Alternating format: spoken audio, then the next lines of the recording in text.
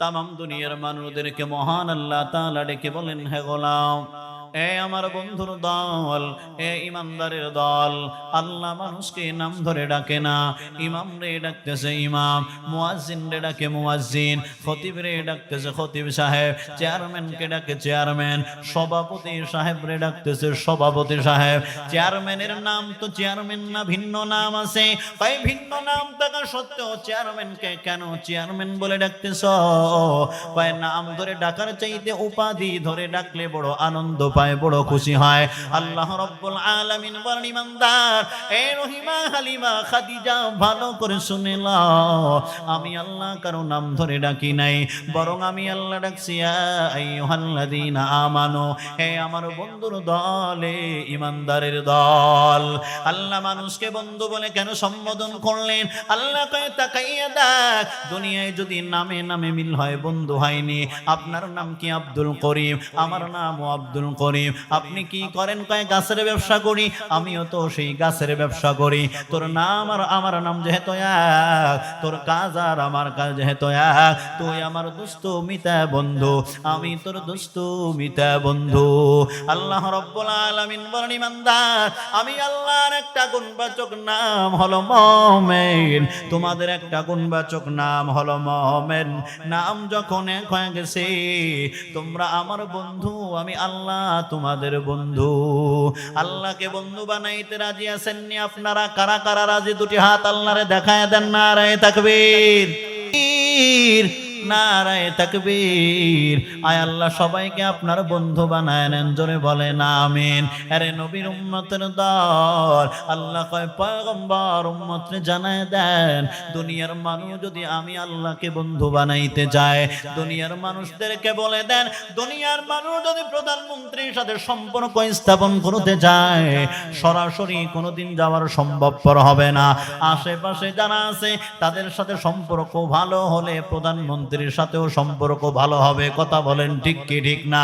আল্লাহ কয়, গোলাম, আমি আল্লাহর সাথে যারা সম্পর্ক ভালো করতে চাও, তাহলে আমি আল্লাহ চারটি মাধ্যমের কথা তোদেরকে জানায় দিলাম। এ উম্মত, এই চার মাধ্যমের সাথে সম্পর্কটা যদি ভালো হয়, তাহলে আমি আল্লাহর সাথেও সম্পর্কটা ভালো হয়ে যাবে।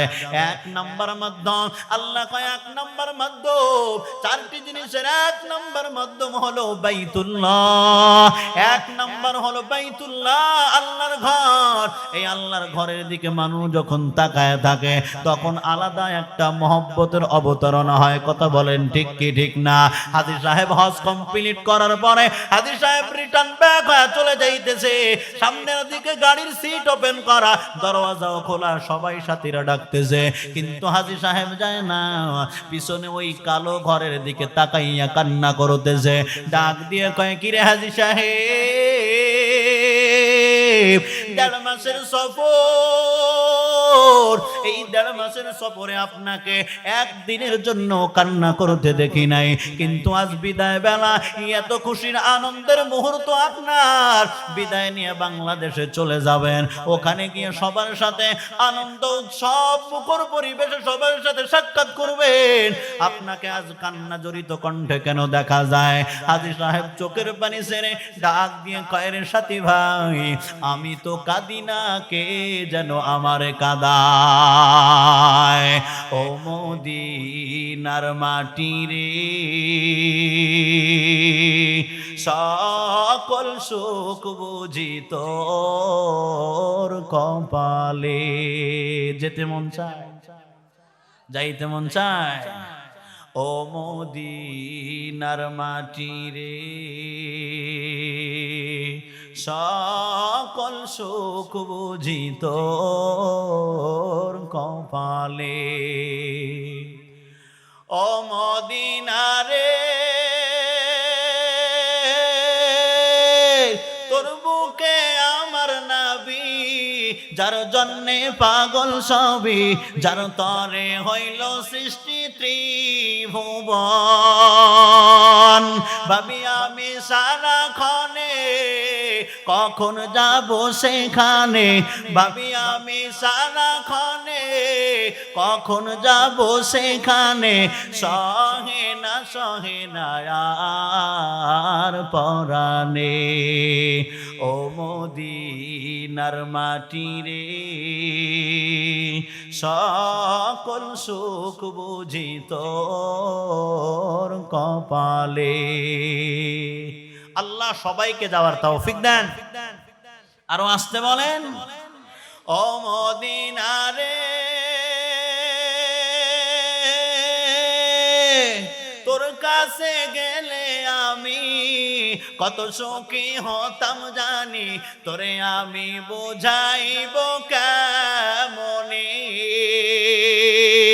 রওজা মুবারক যে নবীজিকে সালাম দিয়ে, রওজা মুবারক যে নবীজিকে সালাম দিয়ে বলিতাম মনের বাসনা ও মদিনার মাটি রে সকল সুখ বুঝি তোর কপালে।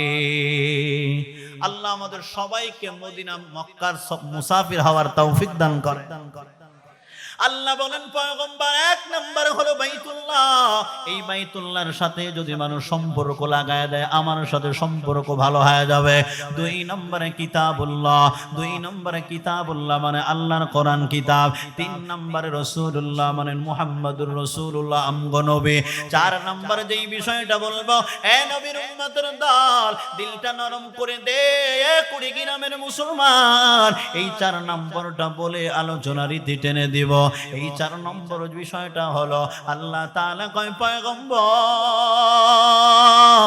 এই চার নম্বর জিনিসটা এত দামি এক সম্পদ, এই সম্পদ যে হারায় ফেলছে তিনি বোঝে কি হারাইছি, আর যার আছে সেই মানুষটা মূল্য দিতে জানে না কি জিনিস সামনে দাঁড়ানো। আল্লাহ তাআলা কয় পয়গম্বর চার নম্বর জিনিসটা হলো এ যুবক, চার নম্বর যেই জিনিসের সাথে সম্পর্ক ভালো হলে আল্লাহর সাথে সম্পর্ক ভালো হয়ে যাবে, সেই জিনিসের নাম হলো তোমার মা আর তোমার বাবা। আল্লাহ কয় নবী আমার এই মা বাবা চেহারা দিকে যদি কোনো সন্তান নেক নজর লাগায় দেয়, আল্লাহ তাআলা কয় পয়গম্বর উম্মতকে জানায় দেন এক একটা নজরের কারণে আমি আল্লাহ আসমান থেকে এই বান্দার জন্য এক একটা উমরার সওয়াব লিপিবদ্ধ করে দেই। চার নাম্বার হলো তোমার মা আর তোমার বাবা। আল্লাহ তাআলা এজন্য বলেন এই এলাকার মুসলমান, আল্লাহ বলেন ওয়াবিল ওয়ালিদাইনি ইহসানা, এই দামি সম্পদ হলো মা এবং বাবা, অতএব এই মা বাবার সাথে ভালো আচরণ করবি। এ যুবক কেমন করে ভালো আচরণ? কয় ওয়াবিল ওয়ালিদাইনি ইহসানা, মা বাবার সাথে ইহসান করবা। কেমন ইহসান? কয় এখান থেকে বাজারের ভাড়া হলো 10 টাকা, 10 টাকার জায়গায় 5 টাকা বাড়ায় 15 টাকা দেওয়ার নাম হলো ইহসান মানে দয়া। 10 টাকার জায়গা 10 টাকা দেওয়া নাম হলো ইনসাফ। 10 টাকার ভাড়া 5 টাকা দেওয়ার নাম হলো জুলুম। আল্লাহ কয় সন্তান মা বাবার প্রতি তুমি ইহসান করবা, ইহসান করবে। কেমন ইহসান? কয়েকটা সময় ছিল মা বাবা 5 সন্তানরে চালাইতে পারেনি, একা রিকশা চালাইয়া ভ্যান চালাইয়া পরের কাছে কামলা দিয়া মা বাবা এই সংসারটা চালাইছে। ওই সময় তোকে মাদ্রাসা স্কুলে যাওয়ার জন্য 5 টাকার বেশি পকেট খরচ দিতে পারেনি, কিন্তু সন্তান এখন তুই পড়ালেখা কমপ্লিট করিয়া টাকাওয়ালা হয়েছো, বড় চাকরি করতেছিস, মা বাবা এখন বয়োবৃদ্ধ হয়ে গেছে, এখন মা বাবা সন্তানের কাছে টাকা চাইতে লজ্জা পায়। কথা কন ঠিক কি ঠিক না? এজন্য সন্তান মা বাবার যেন চাইতে না হয়। মা বাবা ছোট সময় 5 টাকা দিত, এখন তুই 500 টাকা দিবি, এর নাম হলো ইহসান। মা বাবা 3 বেলা খানা দিতে পারে নাই, এখন তুই 3 বেলার সাথে আরো 2 বেলা বাড়ায় দিবি, ফল ফ্রুটের ব্যবস্থা করে দিবি, এর নাম হলো ইহসান। আল্লাহ কয় তারপরেও মা বাবার হক আদায় হবে না, কয় তাহলে কি করতে হবে? আল্লাহ কয় মা ইয়াবলুগান্না ইনদাকাল কিবরা আহাদুহুমা আও কিলাহুমা ফালা তাকুল লাহুমা উফফিন ওয়ালা তানহারহুমা তানহারহুমা ওয়া কুল লাহুমা কাওলান কারীমা। আল্লাহ বলেন দ্বিতীয় হক হলো ইম্মা ইয়াবলুগান্না ইনদাকাল কিবারা আহাদুহুমা, মা বাবার দুইজন অথবা দুইজনের একজন, ইনদাকাল কিবারা আহাদুহুমা দুইজনের দুইজনই অথবা দুইজনের একজন যদি বয়োবৃদ্ধ হয়ে যায়, বুড়া হয়ে যায়, মুরব্বী হয়ে যায়, তখন এই মা বাবার সাথে এমন আচরণ করবা না যেই আচরণের কারণে মা বাবা কষ্ট পেয়ে বলবে উফ, অথবা মা বাবাকেও তুমি কোনো আচরণে বলবা না উফ। এক নাম্বার ব্যাখ্যা হলো মা বাবা যেন তোমার কোনো আচরণে কষ্ট পেয়ে উফ শব্দ না ব্যবহার করে। দুই নম্বর হলো তুমিও মা বাবার কোনো কথায় উফ শব্দ ব্যবহার করবা না। দুই নম্বর ব্যাখ্যা, কারণ মা বাবা যদি কষ্ট পায় সন্তানও কষ্ট পায়, আর সন্তানের কষ্টটাও মা বাবার কষ্ট মনে হয়। এজন্য আল্লাহ বলেন ইনদাকাল কিবারা আহাদুহুমা, এ সন্তান মা বাবা যখন বয়োবৃদ্ধ হয়ে যাবে, মুরব্বী হয়ে যাবে, তখন মা বাবার সাথে বাজে আচরণ করিও না, কষ্ট দিও না। কয় আল্লাহ এই বয়োবৃদ্ধ কালটা, এই বয়স্ক সময়টা কেন আলাদা করলেন? কয় আলাদা করার পিছনে কারণ হলো সন্তান যখন ছোট থাকে এই সময় সন্তান নিজে ইনকাম করতে পারে না, বাবার পকেট থেকে টাকা নেওয়া লাগে। কথা বলেন ঠিক কি ঠিক না? ওই সময় বাবার কথা মন না চাইলেও মানতে হয়, নইলে খানার থাকার জায়গা নাই, টাকার ব্যবস্থা নাই, মা বাবার ইনকামই মা সন্তানকে চলতে হয়। এই জন্য সন্তান যখন ছোট থাকে ওই সময় মা বাবার সাথে তেমন একটা বাজে আচরণ করে না, কিন্তু সন্তান যখন বড় হয়, চাকরি পায়, এরপরে বিবাহ বন্ধনে আবদ্ধ হয়ে যায়, ওই সময় মা বাবার ইনকাম থাকে না, মা বাবা বয়োবৃদ্ধ হয়ে যায়, মা বাবার হাতে পায়ে বল থাকে না, এখন আর রিস্কা নিয়ে রাস্তায় বের হতে পারে না, এখন সন্তানের ইনকামের উপরেই মা বাবাকে চলতে হয়। ওই সময় আল্লাহ বলেন মা বাবা টাকা চাইলে তুই ওই সময় বুড়ের সহ্য করতে পারবি না, ওই সময় কইস তোর কারণে এইগুলো হইতেছে না। বিটার বউ বলবে এই বুড়ে বুড়ি না মরা পর্যন্ত পারতেছি না, বউয়ের কথা শুনিয়া মা বাবাকে তুই ধমক দিবে, এইটা আমি আল্লাহ ভালো জানি। এই জন্যই আমি আল্লাহ বললাম ইম্মা ইয়াবলুগান্না ইনদাকাল কিবারা আহাদুহুমা ফালা তাকুল লাহুমা উফিন ওয়ালা তানহারহুমা, মা বাবা দুইজন অথবা দুইজনের একজন বয়োবৃদ্ধ যখন হয়ে যাবে তখন মা বাবার সামনে ভাঁজে কোনো আচরণ করিও না, যেই আচরণে মা বাবা কষ্ট পেয়ে বলবে উফ। এক নাম্বার ব্যাখ্যা। দুই নম্বর ব্যাখ্যা হলো মা বাবার কোনো কথায় তুমিও নাক সিটকাবে না, উফ শব্দ ব্যবহার করবা না। দুই নম্বর ব্যাখ্যা কয় মা বাবার সাথে ওয়ালা তানহারহুমা। তিন নম্বর হক হলো ওয়ালা তানহারহুমা, সাবধান মা বাবার সাথে ধমক দিয়ে কথা বলবা না, জাড়ি দিয়ে কথা বলবা না, কর্কশ ভাষায় কথা বলবা না, গরম মেজাজে কথা বলবা না। কেমনে কথা বলবা? ওয়াকুল লাহুমা কাওলান কারীমা, কাওলান কারীমা কাওলান লতীফা, কাওলান কারীমা কাওলান লাইয়িনান সাহলা, কাওলান কারীমা কাওলান লতীফা, কাওলান কারীমা কাওলান জাদীদা, কাওলান কারীমা কাওলান জামিলা। সুন্দর সুন্দর ভাষায় কথা বলবা, নরম ভাষায় কথা বলবা, একেবারে বিনয়ী ভাষায় কথা বলবা, একেবারে চূড়ান্ত মিষ্টি সুরে মা বাবার সাথে কথা বলবা, চূড়ান্ত পর্যায়ের নরম হয়ে যাবা। তাই এরপরেও মা বাবার হক আদায় হবে না। কেমন করে তার পরবর্তী হক কেমন করে আদায় করব আল্লাহ জানায় দেন। ওয়াকুল লাহুমা কাওলান কারীমা ইম্মা ইয়াবলুগান্না ইনদাকাল কিবারা আহাদুহুমা আও কিলাহুমা ফালা তাকুল লাহুমা উফিন ওয়ালা তানহারহুমা ওয়াকুল লাহুমা কাওলান কারীমা। নরম ভাষায় কথা বলবা। এর পরের দায়িত্ব হলো ওয়াকফিদ লাহুমা জানাহাজ যুল্লি মিনার রাহমা। এ সন্তান মা বাবার সামনে তুই টাকাওয়ালা ক্ষমতাওয়ালা কোনো কিছুর অভাব নাই, অনেক টাকা আছে, ধন দৌলত মিল ফ্যাক্টরির ক্ষমতার অভাব নাই। এই ক্ষমতার বাজু, ক্ষমতার অহংকারী, ক্ষমতার শক্তি, এই ক্ষমতার ডানাটা মা বাবার সামনে একেবারে বিলীন করে দাও, বিছায় দাও। ভাই আল্লাহ এখানে ডানার কথা বললেন কেন? ডানা তো থাকে পাখির, মানুষের কোনো ডানা নাই। আল্লাহ তাহলে সন্তানকে কেন বললেন এ সন্তান তুই তোর ডানাটা একেবারে বিছায় দিবা, মাটিতে বিছায় দিবা? আল্লাহ তাআলা কেন এখানে পাখির কথা বললেন? তাই পাখির তো ডানা থাকে, মানুষের থাকে না, তাহলে মানুষের সাথে পাখির তুলনা কেন? আল্লাহ বলেন পাখির সব শক্তি থাকে হলো ডানায়। এই পাখিটা যখন ডানা ছেড়ে দেয় তখন এই পাখির আর গায়ে কোনো শক্তি থাকে না। আল্লাহ কয় সন্তান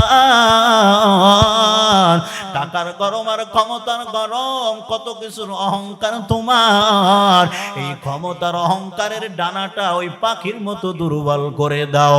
কেমন দুর্বল করবি? কয় চূড়ান্ত পর্যায়ের দুর্বল। কেমন চূড়ান্ত পর্যায়ের দুর্বল, পায় মা বাবার সামনে তুই যেন কেমন একটা মরা লাশ। লাশের যেমন কোনো শক্তি থাকে না, অন্য মানুষ মাধ্যম না হইলে নড়াচড়া করতে পারে না, তুই মা বাবার সামনে এমন নরম হয়ে যা। মা বাবার সামনে চূড়ান্ত পর্যায়ের নরম, কেমন যেন তুই মা বাবার সামনে একটা মরা লাশ। লাশের যেমন কোনো শক্তি থাকে না, নড়াচড়া করতে পারে না, কথা বলতে পারে না, তুইও মা বাবার সামনে ঘাড় বাঁকা করবি না, মা বাবার ধমক দিবা না, নাক সিটকে অন্যদিকে চলে যাবা না, মা বাবাকে বাজে ভাষা উপহার দিবা না। আল্লাহ কয় বান্দা সাবধান হয়ে যা, মা বাবার সামনে সন্তান চূড়ান্ত পর্যায়ের নরম হয়ে যাও। আরে নবীর উম্মতের দল লম্বা হয়ে যাইতেছে, সংক্ষেপে 10 মিনিটে বলে আলোচনার ইতি টেনে বিদায় নেই। ওই মা বাবার সাথে ভালো আচরণ কর হে যুবক, দিলটা নরম করে দে, পা দুইটা গায়ে দে। আমি তোর পা ধরে বলে যাই রে ভাইজান, মা বাবা এত দামি এক সম্পদ, এখন আছে তাই বুঝতে পারতেছো না। যারা মা বাবা হারাইছি তারাই বুঝিস কি সম্পদ হারায় ফেললা। আমি সব জায়গায় বলি, আজও বলে যায় কুড়িগ্রামের মুসলমান, আমি মোল্লারে কে চিনে, কে জানতো, কে জানে আমার বাড়ি কই, কে জানে আমার মা বাবা কেমন। অহংকার করি না, বুঝানোর জন্য বলছি উম্মত গো। আমি সব জায়গায় বলি, আজও তোদেরকে বুঝানোর জন্য বলতেছি। এই চেয়ারে বসার ক্ষমতা ওয়াল্লাহি বিল্লাহি তাল্লাহি, আল্লাহর কসম একবার, আল্লাহর কসম 2 বার করে বললেও ভুল হবে না। এই চেয়ারে বসার ক্ষমতা আমার না, ইলম না, মোল্লা। এখানে অনেকেই বসে আছেন, নিচে অনেকেই থাকলেও থাকতে পারেন, যাদের জুতা সোজা করার মতো যোগ্যতা সেই ইলম আমি মোল্লার নাই। কিন্তু আমার আল্লাহ আলাদা একটা যোগ্য দিয়া টেকনাফতে থেকে তুলিয়া রূপসা থেকে পাথরিয়া এই সম্মানের চেয়ার দিয়ে ঘোরায়। এটা আমার ইলমের মাস্তানি না, আমলের মাস্তানি না, এর পিছনে দোয়া হলো মা বাবার দোয়া। মায়ে যখন দোয়া করে চলে যায় আরশ পরে, সাথে সাথে কবুল হয় ফল দেখিতে পাও, সাথে সাথে কবুল হয় ফল দেখিতে পাও। মায়ের দোয়া লও হে মুমিন, মায়ের দোয়া লও। বিপদে পড়বে না তুমি যখন যেথায় যাও, বিপদে পড়বে না তুমি যখন যেথায় যাও।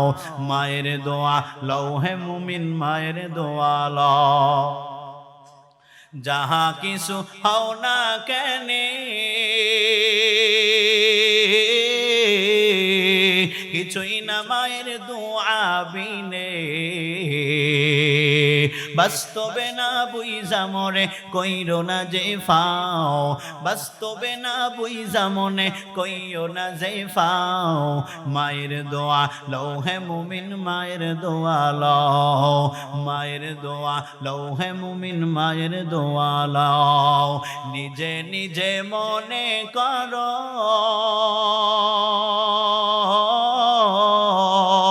টাকায় আমি হইলাম বড়,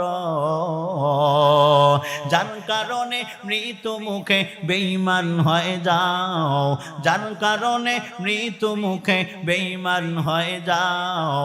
মায়ের দোয়া লও হে মুমিন, মায়ের দোয়া লও। খেদমতে মা দর পে দর কুন ইখতিয়ার, তাকে বাসি দর দু আলম বখতিয়ার। খেদমতে মা দর পে দর কুম সুবহ শাম, তাকে বাসি দর দু আলম নেকো নাম। অনুরোধ করে বলে যাইতেছি, দিলটা নরম করে দেন, মা বাবার দোয়া নিয়ে সামনে আগায় যান হে যুবক। মা বাবা কত দামি এক সম্পদ। ঘটনাটা সব জায়গায় বলি, আজও 2-4 মিনিটের ভিতরে বলে আলোচনার ইতি টেনে বিদায় নিব। আপনাদের উত্তরবঙ্গের ঘটনা, রাজশাহী মেডিকেল কলেজের ঘটনা। এই একটা কি বলে প্রসবময়ী মা, প্রসব প্রসব বেদনাময় মা। সিজার করার জন্য উনি রাজশাহী মেডিকেলে আসলেন। আসার পরে ডাক্তারেরা, বিজ্ঞ ডাক্তার যারা আছেন, ওনারা সুন্দর করে সব কিছু সুন্দর করে টেস্ট করার পরে একটা পর্যায়ে ওনারা তাকায় দেখে কি ব্যাপার, এই বাচ্চাকে যদি দুনিয়ার আলো বাতাস দেখাইতে হয় তাহলে মাকে বাঁচায় রাখা সম্ভবপর হবে না। আর মাকে যদি বাঁচায় রাখতে হয় সন্তানকে বাঁচায় রাখা সম্ভবপর হবে না। সবাই ডাক্তারের একটা একটা ভোট বসছে, সিদ্ধান্ত উপনীত হতে পারে না। কি করা যায়? পিছন থেকে স্বামী ডাক দিয়ে বলে, কি হয়েছে বলেন? কয় এই মহিলার গার্ডিয়ানকে স্বামীকে কয় আমি। কি হয়েছে একটু বলেন? কয় এই মহিলার বাচ্চাটার তো এমন একটা অবস্থা, বাচ্চাকে যদি দুনিয়ার মুখ দেখাইতে হয় তাহলে মাকে দুনিয়ায় বাঁচায় রাখা সম্ভবপর হবে না। আর যদি মাকে বাঁচায় রাখতে হয় বাচ্চাকে বাঁচানো সম্ভবপর হবে না। এবার এই স্বামীটা, এই মানুষটা কিংকর্তব্য বিমূঢ় হয়ে দাঁড়াইয়া আছে, মনে মনে চিন্তা করতেছে 10 বছরের সংসারে বাচ্চা হয় না, একটা বাচ্চা আল্লাহ দিয়েছে, সুতরাং এই বাচ্চাটাকে হত্যা করার কথা, মেরে ফেলার কথা আমি কেমন করে বাবা হয় বলে। আবার এদিকে স্ত্রীও যদি হারায় যায় তাহলে তো আমার সংসার ধ্বংস হয়ে যাবে। অতএব কি করা যায়? উনি কিছুই বলতে পারে না।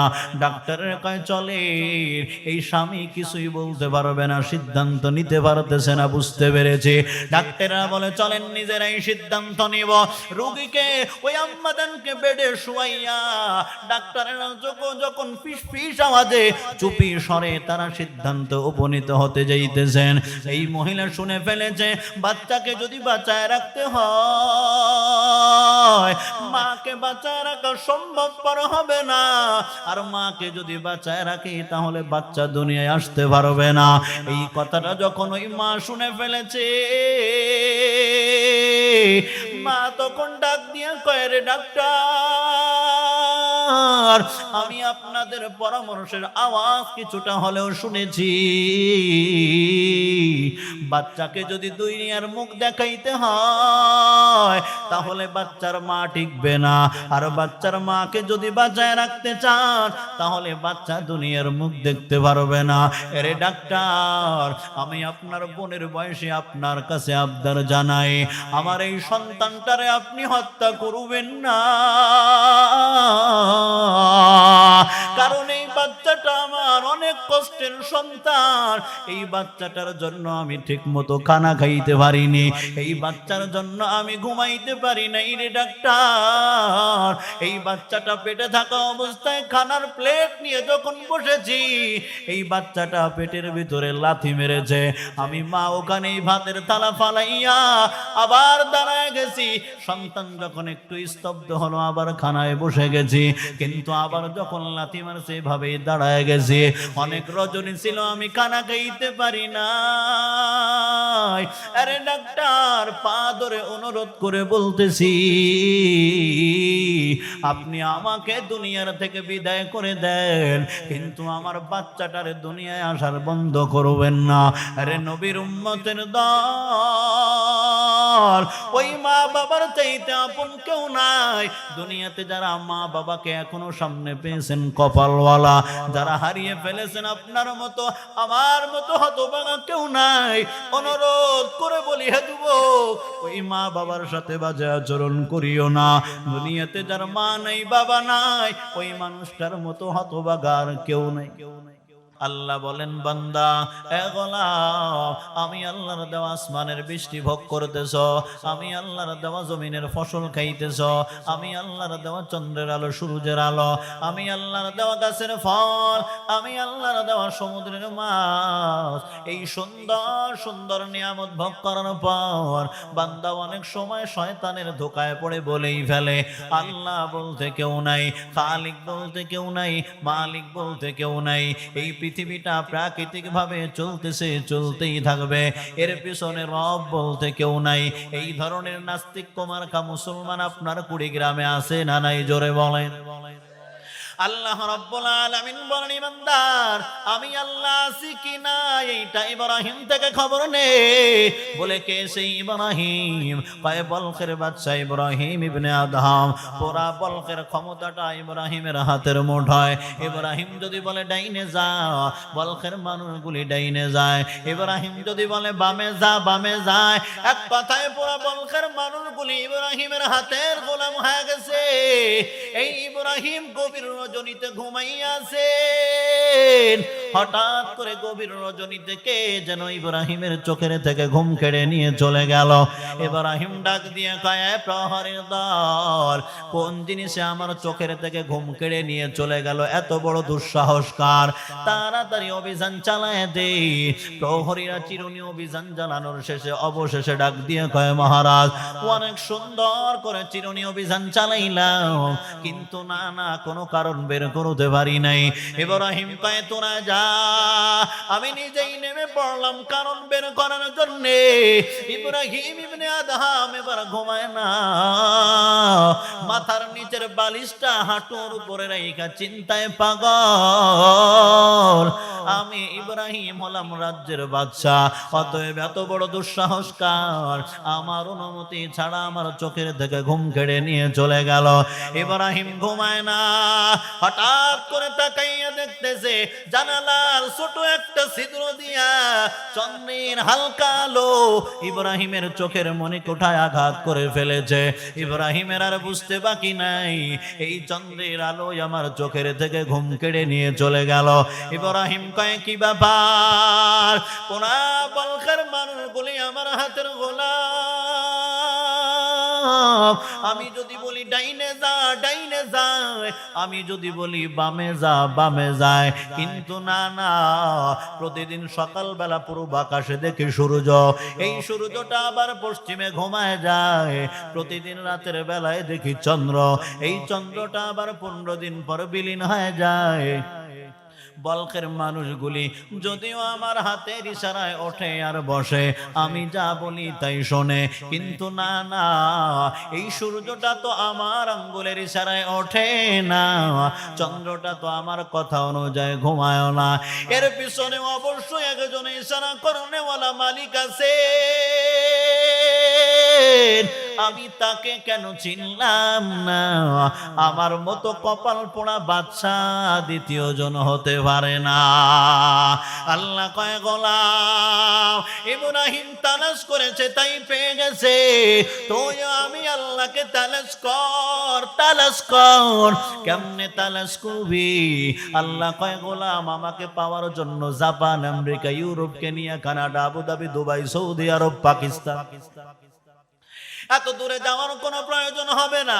এ গোলাম আমাকে তালাশের জন্য অন্যত্র কোথাও দৌড়ানোর কোনো প্রয়োজন নাই। ছোট মেশিন স্থাপন করে আপনারা জমিনে পানি দেন কি দেন না? জোরে বলে।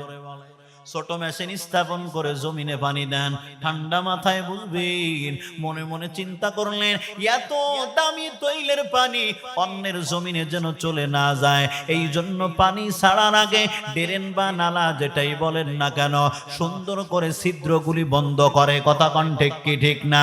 ফিতে পাইপ যদি হয় ছিদ্রগুলি টেপ লাগায় দেয়, তাল পাতা প্যাঁচ লাগায় দেয়, যেন পানি অন্যের জমিনে চলে না যায়। এর গোলাম এত সুন্দর করে মেরামত করার পর সম্পূর্ণ পানি কোনোদিন আটকায় রাখা যায় না। কথা বলেন ঠিক কি ঠিক না? এক ফোঁটা পানি হলেও অন্যের জমিনে চলে যায়, অন্যের জমিনের পানি আপনার জমিনে নেমে চলে আসে। আল্লাহ কয়, গোলাম এত সুন্দর করে মেরামত করার পর সম্পূর্ণ পানি কোনোদিন আটকায় রাখা সম্ভবপর হলো না। কিন্তু বান্দা তাকায় দেয়, আমি আল্লাহ কেমন কুদরতের মাওলা, আমি আল্লাহ তোর কেমন কুদরতের মালিক, আমি আল্লাহ তোর কেমন কুদরতের রব, আমি আল্লাহ তোর কেমন কুদরতের মাওলা। তাকায় দেখায় গোলাম, যেই গাভীর ভিতরে রক্ত জমা রেখেছি, ওই গাভীর ভিতরেই প্রস্রাব পায়খানা জমা রেখেছি, ওই গাভীর ভিতরেই তৈলাক্ত জিনিস জমা রেখেছি, ওই গাভীর ভিতরেই সুন্দর সাদা দুধের নহর জারি রেখেছি। এ গোলাম আমি আল্লাহ গাভীর কোনো ছিদ্র বন্ধ করি নাই, কোনো তার কাটা লাগায় দেই নাই, কোনো বেড়া লাগাই নাই, কোনো অন্য কোনো আড়াল করে দেই নাই। আরে গাভীওয়ালা মালিক তালাশ কর, একটু চিন্তা কর। 10টা বছর হয়ে গেল গাভীর থেকে দুধ চাই না বাজারে নিয়ে বিক্রি করলি, 10 বছরের ভিতরে একদিনের জন্য হলো সাদা দুধের ভিতরে লাল রক্তের ছিটা দেখাইতে পারবেন না। কার কুদরত? আরো জোরে বলেন কার কুদরত? কাদেরে কুদরত দারি বড় কামাল, আনতা রব্বি আনতা হাসবি যুল জালাল, তুহি কাদের জলিলুল্লাহ জাহাদার, বহর হালে তুহি মেরা নিগাহদার, হিচে কসদর মুলকে ও अंबाज़ों कौले उरा लहने ने आवाज़ों ने, तो दिल में तू आता है समझ में नहीं आता, तो दिल में तू आता है समझ में नहीं आता, बस जानो लिया मैं तेरे पहचानो यही है, बस जानो लिया मैं तेरे पहचानो यही है। कष्ट है আপনাদের?